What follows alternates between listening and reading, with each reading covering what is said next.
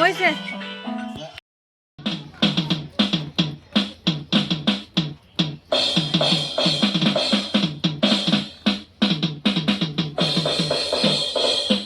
রূপসী মাইয়ারে তোর কলসির ভিতর কি? খাঁটি গরুর দুধ বেচতে আনেছি। ও রূপসী মাইয়ারে তোর কলসির ভিতর কি?